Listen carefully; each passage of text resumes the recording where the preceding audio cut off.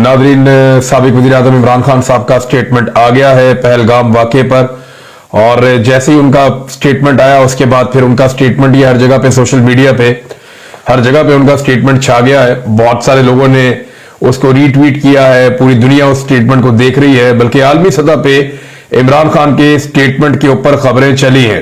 अब तक लगभग 1.6 मिलियन उसके व्यूज हैं और 30,000 से ज्यादा लाइक्स हैं, 19,000 मरतबा ये रीट्वीट हुआ है, और इस स्टेटमेंट के ऊपर कुछ 3,500, ये अब तक की मैं आपको बात बता रहा हूं, ये रात का सारा टाइम है। जब दिन चढ़ेगा तो सूरत हाल और बदल जाएगी। तो 3,500 इसमें जो है वो लोगों ने कमेंट किए हैं, और ज्यादातर कमेंट जो है वो पॉजिटिव है। तो ना सिर्फ इमरान खान साहब का स्टेटमेंट जो पहलगाम वाक़े के बाद इंडिया को जवाब देने के लिए आया, ना सिर्फ पूरे मुल्क में बल्कि आलमी उफक के ऊपर भी छा गया है, बैनुल-अक़वामी हेडलाइन बना है। यानी नवाज शरीफ साहब से तो इस तरह का कोई काम हो ही नहीं पाता, वो कर ही नहीं पाते। मेरे ख्याल में नवाज शरीफ साहब से जो है ना, वो शेर का इंतखाबी निशान लेकर ना उन्हें बिल्ली का इंतखाबी निशान दे देना चाहिए।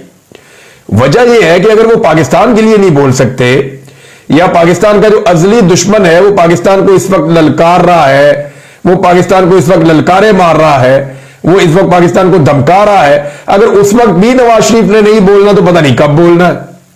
अभी आप पाकिस्तान तहरीक इंसाफ के खिलाफ कह दें तो 1 मिनट के लिए प्रेस कॉन्फ्रेंस करने के लिए इनके मुंह से झाग निकलना शुरू हो जाएगी, ये सारे के सारे आ जाएंगे। मैं इंफॉर्मेशन मिनिस्टर ने एक स्टेटमेंट दिया, मैं वो पढ़ रहा था, सुन रहा था स्टेटमेंट, तो उसमें वो अड़क अड़क के रुक रुक के बोल रहे थे। जब लेकिन पीटीआई के खिलाफ बोलते हैं तो बड़े फ्लो के अंदर बोलते हैं। हैरत होती है मुझे वैसे इन लोगों पे। इमरान खान साहब ने क्या कहा पहले वो आप सुन लें, ताकि आपको आइडिया हो जाए कि आज भी इमरान खान का मौक़िफ़ क्या है इंडिया को, नरेंद्र मोदी को और उनकी आइडियोलॉजी को लेकर। सबसे पहले तो उन्होंने, इमरान खान साहब ने दहशतगर्दी की मजम्मत की है कि पहलगाम वाक़े में इंसानी जानों का ज़िया इंतहाई परेशान कुन और अलमनाक है।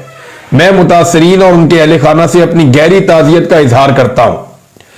फिर उन्होंने कहा कि जब फॉल्स फ्लैग पुलवामा ऑपरेशन का वाकया हुआ तो हमने भारत को हर तरह के ताउन की पेशकश की थी, लेकिन भारत कोई ठोस सबूत पेश करने में नाकाम रहा। जैसा कि मैंने 2019 में पेशन गोई की थी, पहलगाम के वाकये के बाद दोबारा वही हो रहा है। यानी इमरान खान साहब ने पहले ही कहा था कि ये फिर यही करेंगे, ये फॉल्स फ्लैग ऑपरेशन करेंगे या कोई भी करेंगे, पाकिस्तान पे इल्जाम डालेंगे। उन्होंने कहा दोबारा से वही हो रहा है। मोदी सरकार खुद शनासाई और तहकीकात के बजाय इल्जाम एक बार फिर पाकिस्तान पर डाल रही है। अब ये 1.5 अरब आबादी का मुल्क है भारत। 1.5 अरब आबादी का मुल्क होने के नाते हिंदुस्तान को पहले से ही न्यूक्लियर फ्लैश पॉइंट के नाम से मशहूर खित्ते के साथ गड़बड़ करने की बजाय जिम्मेदारी से काम करने की जरूरत है। ये इमरान खान साहब ये समझा रहे हैं। एक्चुअली इनका अंग्रेजी में ट्वीट था, मैंने आपके लिए इसको ट्रांसलेट किया उर्दू में।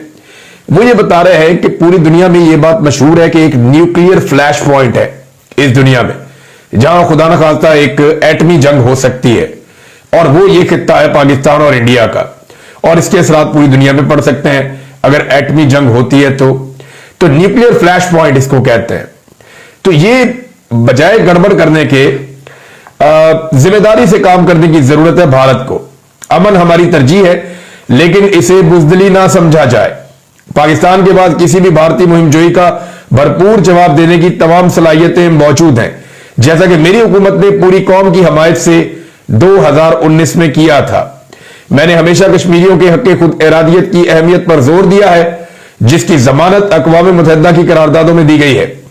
मैं इस हकीकत को भी उजागर करता रहा हूं कि RSS के नजरिए की क़यादत में हिंदुस्तान न सिर्फ खित्ते के लिए बल्कि इससे भी आगे एक संगीन खतरा है। आर्टिकल 370 की गैर कानूनी मनसूखी के बाद कश्मीर में भारतीय जबर में शिद्दत ने कश्मीरी अवाम की आजादी की ख्वाहिश को मजीद हवा दी है। अफसोस की बात है कि जाली फॉर्म 47 के नतायज के जरिए मुसल्लत की गई एक नाजायज हुकूमत ने कौम को तकसीम कर दिया है, और फिर भी सितम ज़रीफी यह है कि नरेंद्र मोदी की जारहियत ने पाकिस्तानी अवाम को भारतीय दुश्मनी के खिलाफ एक आवाज में मुत्तहिद कर दिया है, जबकि हम इस जाली हुकूमत को मुस्तरद करते हैं। देखिए अब कितना फर्क है। फैसल चौधरी साहब ने जो स्टेटमेंट बोला वो इस तरह से था कि जो कौम फॉर्म 47 पे तकसीम हुई, आज नरेंद्र मोदी ने उसको इकट्ठा कर दिया।